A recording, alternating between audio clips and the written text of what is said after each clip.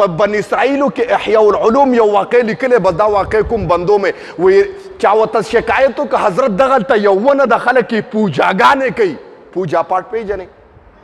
څه ته وایي عبادت ته وایي جي که نه یو ونه د خلک عبادتونه کوي حضرت سجدې ورته کوي هغه وی ښه زما په علاقه کې ونه تبرګې په اوږه کې رامنډه کړه په لار کې وله یو بوډا سړی ورغی چې وله ورغی داسې صرف ډېر بوډانو کمزور نو خو برابرو بس ورته وی هلکه څه کې وایي ځمه دې ونې له ځمه وایي مزه وله نشي تللی رانه جنګ شي درس چې هغه بابا یې راوغورځو دې ځمکې له او په سینه وله دا بزرګ کېناسته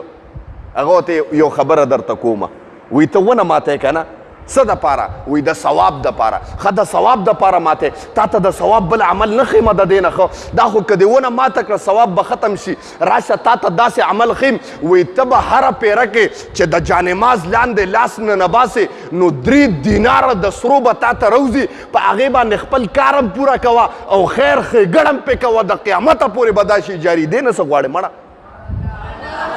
دې بزرګ ورته وي وی ښه اوس دې هسې سبحان الله وایې په خبره پوهېږې بلالله اوس واقع ته سر ته ګوره چې دې کې بیا کومه خبره ده یاره دی را روان شو بس کله به هم چې حاجت پیدا کېده د جانماز لاندې به یې لاس نه نه باسه دینارونه به یې رابار کړه بس دغه سړی و بزرګو د جانماز لاندې به یې لاس نه نه باسه او 3 دیناره به د سرو راوته او لین روانو بس داسې کار وشو چې یو میاشت وشوه دینارونه بند شو جي 3 دیناره بند شو چا باندې چې پیسې بند شي بیا غوبلې کوي چې دینارونه بند شو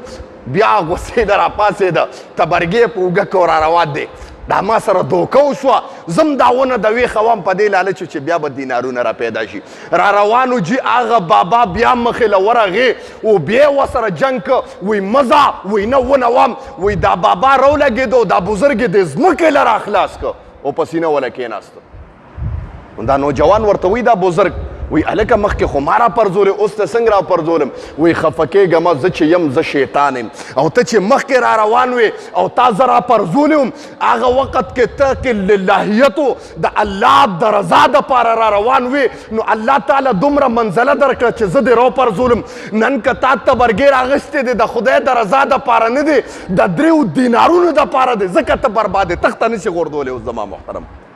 نو خبره مې دې پورې کوله اعمالو کې به قوت پیدا کیږي خو په للهیت سره ځان کې به د الله رضا پیدا کې خدایه زما دا سر ستا رضا دپاره دی او دا سر به ستا د رضا دپاره قطع کیږي خدایه هر اعمال هر شی زما اولادم ستانه قربان کا او زما دا ذاتم ستانه قربان دی بیا اعمالو کې لذت ملاویږي او د رزق بارانونه کیږي حدیث ته غوږ کېدی د ما محترمو